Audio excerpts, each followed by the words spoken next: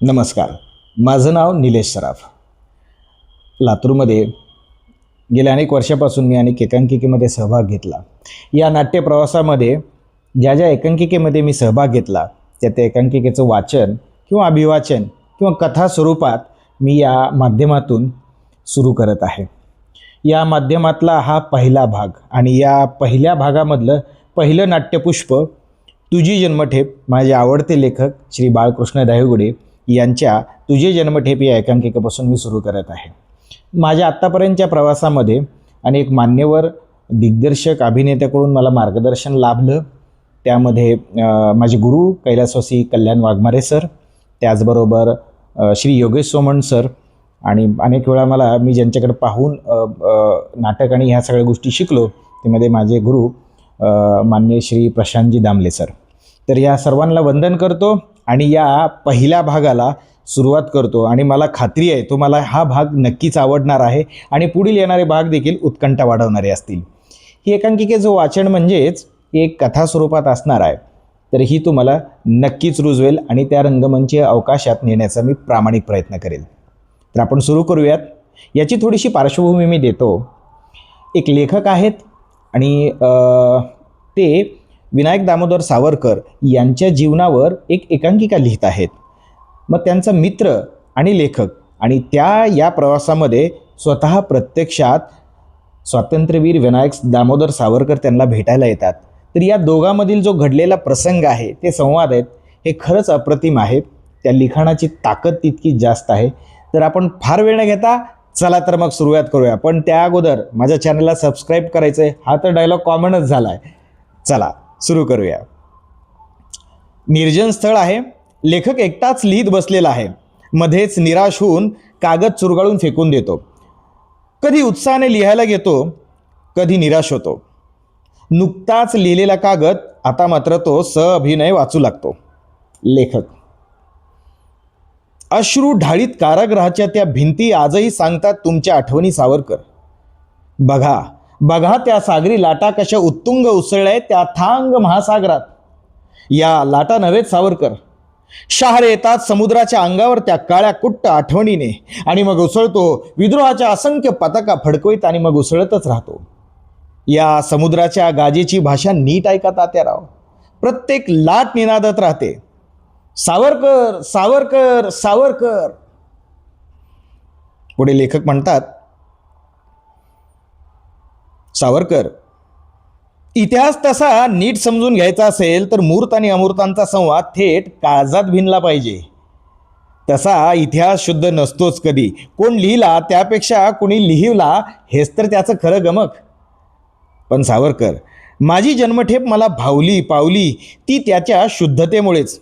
मनाचा ठाव घेणारे प्रसंग आजही आमच्या समोर उभे करतात ते महाभयंकर काळे पर्व.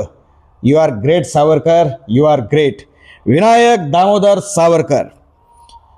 इतकं पाहून विंगेत थांबलेला त्याचा मित्र चाटकन पळत येतो, कारण त्याला या एकांकिकेवर नाटक सादर करायचं असतं किंवा सादरीकरण करायचं असतं.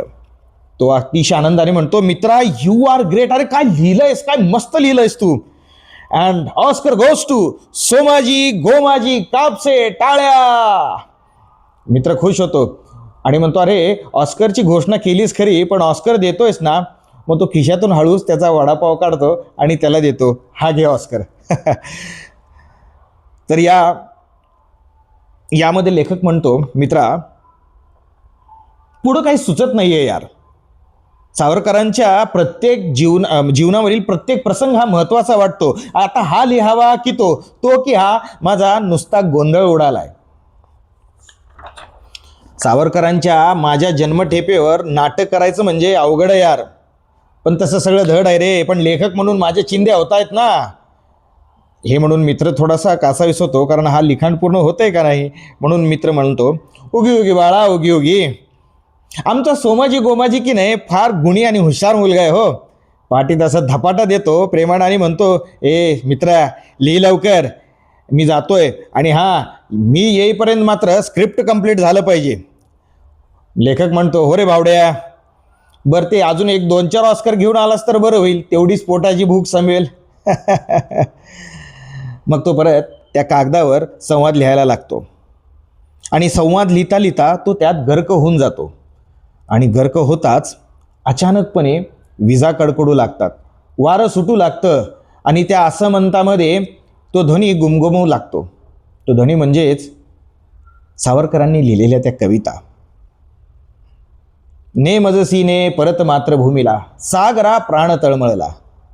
आणि अचानक सावरकर त्यांच्या प्रत्यक्ष रूपामध्ये येऊन त्याच्या शेजारी बसतात.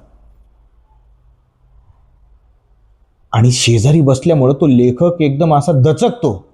तो म्हणतो, शपथ, अहो काय घाबरलो मी.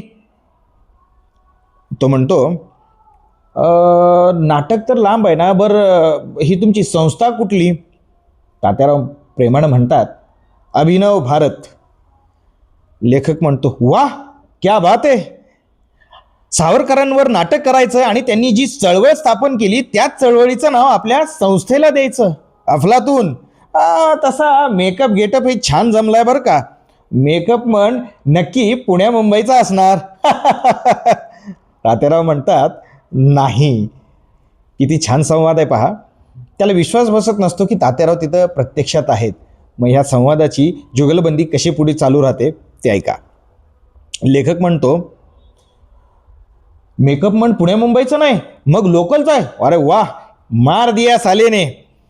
पण स्पर्धा तसं मी म्हणलं तर अजून दूर आहे ना. मग आत्तापासून हा मेकअप गेटअप अच्छा अच्छा चांगला सराव व्हायला पाहिजे, भूमिकेचं बेरिंग आलं पाहिजे, असंच ना. सर्वोत्कृष्ट भूमिकेचं पारितोषिक पटकावण्यासाठीची ही तपश्चर्या. वा, व्हेरी गुड. त्या आईला इथं आमचा स्क्रिप्टचा पत्ता नाही आहे अजून आणि तुमचं हे भूमिका आणि हे फार जरा वेगळंच चाललंय. आई शपथ.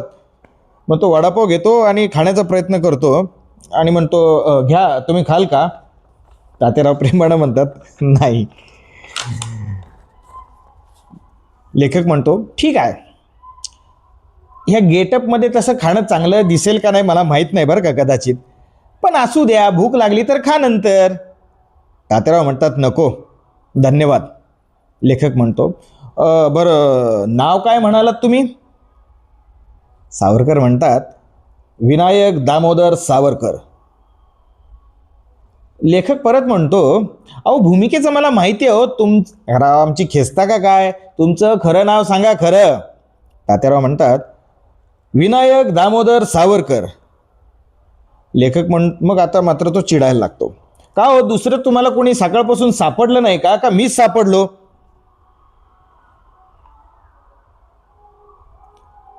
वाटलं म्हणलं. मग तात्याराव ह्या शब्दावर अचंबित नव्हता. बोलतात, अहो मी तुम्हाला शोधत होतो. मला एवढं तळमळीनं वाचणारा माणूस वाटलं तुमच्याशी प्रत्यक्ष संवाद साधावा. अहो मीच खराखुरा विनायक दामोदर सावरकर. आता मात्र लेखक चिडतो, कारण त्याला वाटतं की आपली थट्टा होते. मग तो त्याला सुचत नाही की काय करावं आणि अनेक प्रसंग त्याच्या डोक्यात येतात आणि मग तो चक्रावून जातो आणि तो म्हणतो, मेला मेला मेला, सोमाजी गोमाजी कापसे ठार मेला, वाचवा वाचवा. माझ्या डोक्यात नक्कीच केमिकल लोचा झाला, तरी सगळे मला सांगत होते, एवढं वाचू नको, एवढं वाचू नको. त्या लगे राहू मुन्नाबाई मधल्या संजू बाबासारखं व्हायचं. ऐकलं नाहीस ना साल्या, भोग भोग, आता भोग तुझ्या कर्माची फळं.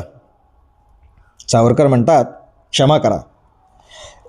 सॉरी, क्षमा करा, तुमचा काहीतरी गैरसमज होतोय. तुम्ही म्हणालात तसं केमिकल लोचा वगैरे काही नाही. वार्ता कळाली, इथं तुमच्या लातूर नगरीमध्ये माझ्या जीवनावरील किंवा माझ्या प्रसंगावरील एक नाटक मंचित होणार आहे. त्या नाटकात मी म्हणजे विनायक दामोदर सावरकर उभा असणारच आहे.